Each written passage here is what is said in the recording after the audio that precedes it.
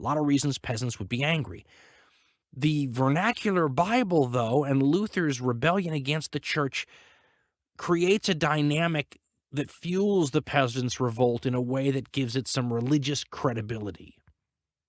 The Bible becomes something of a document that they can point to saying, you're wrong, we're right, and you've kept this info from us because you know that Jesus would prefer to have no poor people and no rich people. And Jesus doesn't want a bunch of rulers ruling over people. He thinks every person should be created equal.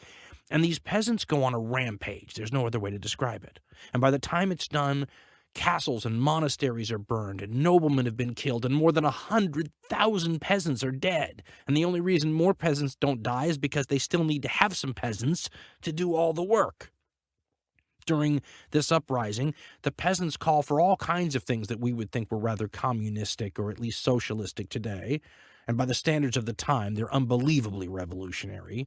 I mean, they put out a pamphlet saying that they want voting. Every male should vote. Think about how weird that would be in a medieval society. Every ruler and official should be elected. All corporations and capitalistic organizations should be abolished. They wanted price fixing. They wanted free and compulsory education for everyone. This is so wild to the people of the time period that it becomes a wonderful argument to be able to say, see, I told you this would happen if you let the regular people see the Bible and interpret it for themselves. This is what you get.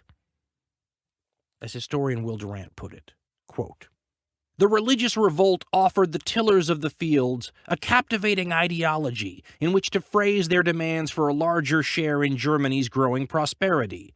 The hardships that had already spurred a dozen rural outbreaks still agitated the peasant mind, and indeed with feverish intensity now that Luther had defied the church, berated the princes, broken the dams of discipline and awe, made every man a priest, and proclaimed the freedom of the Christian man. In the Germany of that age, church and state were so closely meshed, clergymen played so large a role in the social order and civil administration, that the collapse of ecclesiastical prestige and power removed a main barrier to revolution. The Waldensians, Beghards, brethren of the common life, had continued an old tradition of basing radical proposals upon biblical texts. The circulation of the New Testament in print was a blow to political as well as to religious orthodoxy. It exposed the compromises that the secular clergy had made with the nature of man and the ways of the world. It revealed the communism of the apostles, the sympathy of Christ for the poor and the oppressed. And in these respects, the New Testament was for the radicals of this age a veritable communist manifesto.